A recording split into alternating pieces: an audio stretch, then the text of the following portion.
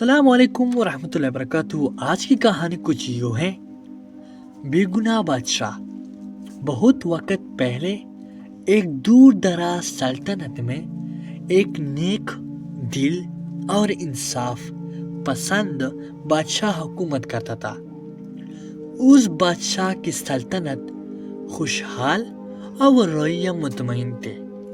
بادشاہ کی یہ خواہش تھی کہ ہر کوئی خوش و خرام رہے اور کوئی بھوکا نہ سوئے۔ بادشاہ کی وزیرہ بھی اس کے نیک نیتی کی تعریف کرتے تھے اور اس کی اصولوں پر چلنے کی کوشش بھی کرتا تھا۔ لیکن ایک دن ایسا ہوا کہ بادشاہ کو خبر ملی کہ اس کے وزیر اعظم کے بیٹے نے کسی غریب کے سر پر ظلم کیا ہے۔ بادشاہ کو یہ سن کر بہت غصہ آیا اور اس نے وزیر اعظم کو دربار میں طلب کیا۔ وزیر اعظم نے کہا، حضور، میرا بیٹا غلطی پر ہو سکتا ہے، لیکن میں امید کرتا ہوں کہ آپ اس کو معاف کر دیں گے۔ مگر بادشاہ نے فیصلہ کیا کہ انصاف کے تقاضے پورے کرنے کے لیے سزا بھی ضروری ہو سکتا ہے۔ اور ایسا ملک چلتا ہے کیونکہ اگر وزیر اعظم ہو اور نیک انسان بھی ہو تو ایسا ملک اس طرح چلتا ہے جو اس بادشاہ نے حکم دیا۔ بادشاہ نے حکم دیا کہ وزیر کے بیٹے کو عوام کے سامنے سزا دی جائے تاکہ کسی کو یہ احساس نہ ہو کہ قانون امیروں اور غریبوں میں فرق کرتا ہے۔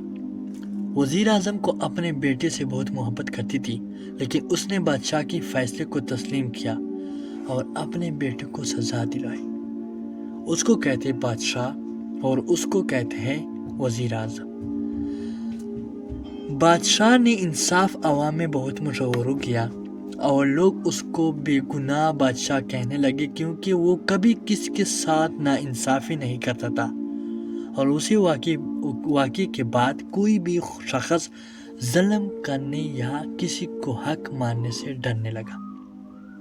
یوں بادشاہ نے اپنی انصاف پسندی اور بے گناہی سے اپنی سلطنت میں امن و سکون قائم رکھا اور وہ ہمیشہ لوگوں کے دل میں یادگار رہا۔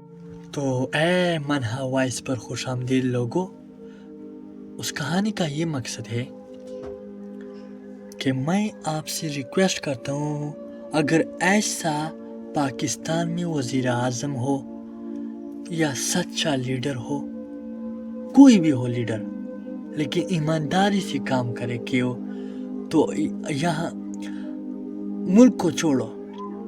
اگر علاقے میں ہو یا گاؤں میں ہو یا کسی شہر میں ہو ایسا قانون، تو یہاں پر کوئی غلطی کام نہیں کیا جائے گا، کیونکہ وہ ڈرے گا کہ اگر میں نے غلط کام کی تو ایسا سزا مجھے بھی دکھائے گا۔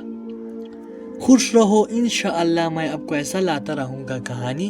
اگر ویڈیو اچھی لگی تو پلیز دوستوں کے ساتھ بھی شیئر کرو۔ اللہ حافظ۔